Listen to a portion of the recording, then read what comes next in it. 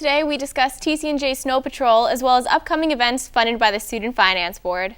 This is LTV News.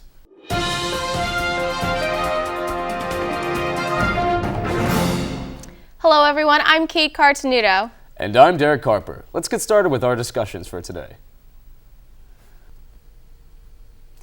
The Student Finance Board has been busy again this week funding some upcoming events on campus. Of the biggest allocations was $107,348, which is going to Cub and student government, who will be looking to bring Funnival 2014 to the college in May. Also co-sponsored by SFB, the event would hopefully bring an entire set of attractions such as a Ferris wheel, drop tower, bumper cars, and even a mobile zip line, among others. The event, slated for May 2nd, originally was criticized by SFB for some of the components listed to be included, like $3,000 requested for a balloon artist. SFB finally decided to leave the programming up to Cub, and Financial Director Kevin Lackeritz said, quote, "It's the little things that add up to make the event great," and, quote, "I trust Cub's programming," the Signal reports. Despite allowing Cub to program, SFB was hesitant to fund $37,000 for a concert due to lack of possible talent to bring to TCNJ, and the funding request will be revisited once possible talent is chosen. The last thing Cub was funded for was $4,600 for an event they will be co-sponsoring with the group To Write Love on Her Arms, who wished to bring the speaker Kevin Breel to speak about his struggles with depression in a funny and uplifting way, an event which will occur on Tuesday, April 8th. Another uplifting event, Jesus is Greater Than Religion, was funded and is slated to be ran by the Protestant Bible Fellowship on Wednesday, March 19th. As far as culture goes, SFB has been keen on bringing many more multicultural events despite their dwindling cultural budget.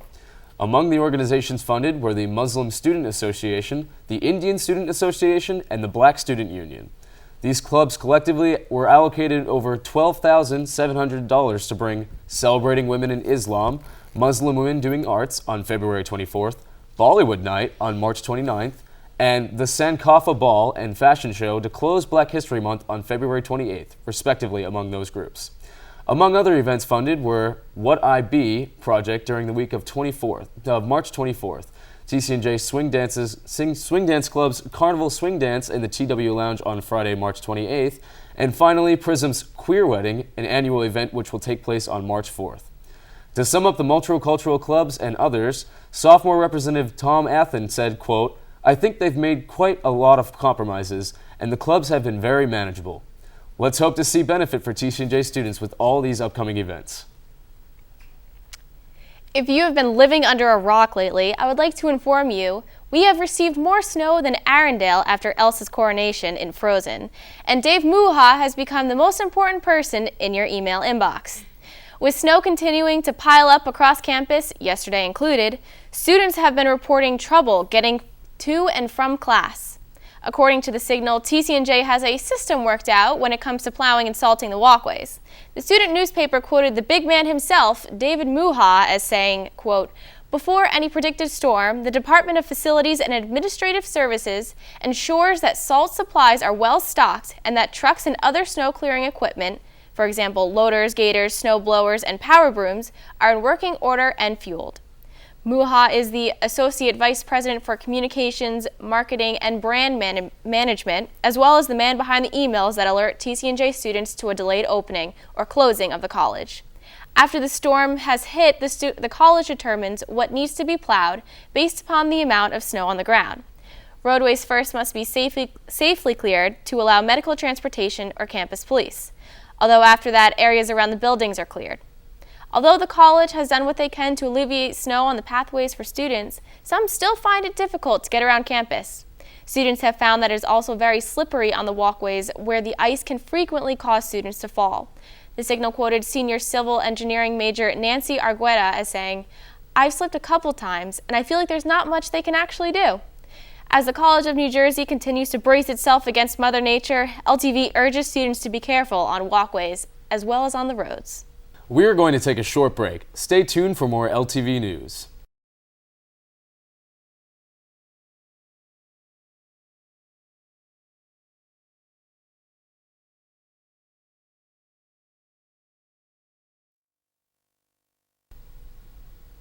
And we're back with the remainder of our discussions.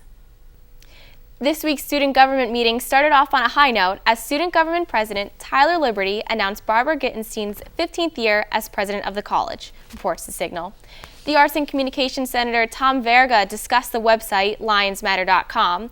The site allows students to post issues that they have been having at the college and allows other members to vote on whether or not they have that problem or consider it a concern. For example, the highest rated post reads, quote, "On the ceiling of Norsworthy 2, women's bathroom, a large plate in the ceiling is slowly collapsing because the actual ceiling is crumbling. The entire plate is being supported by a wooden block on top of a pipe."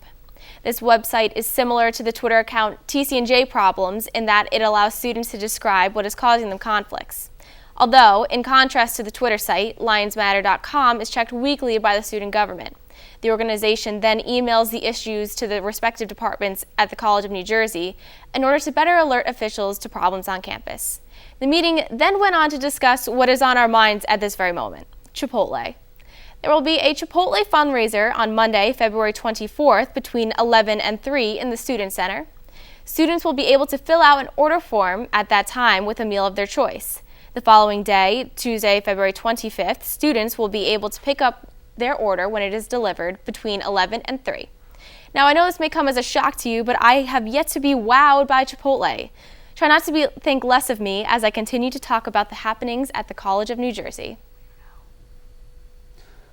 Alongside the women who were busy with their dates and showing affection this past Valentine's Day were the women who took time to celebrate February 14th as a global movement to stop violence against women and girls. Part of this annual celebration is Eve S. Ensler's program titled The Vagina Monologues, which was brought to Mayo Concert Hall over this past weekend between February 14th and 16th.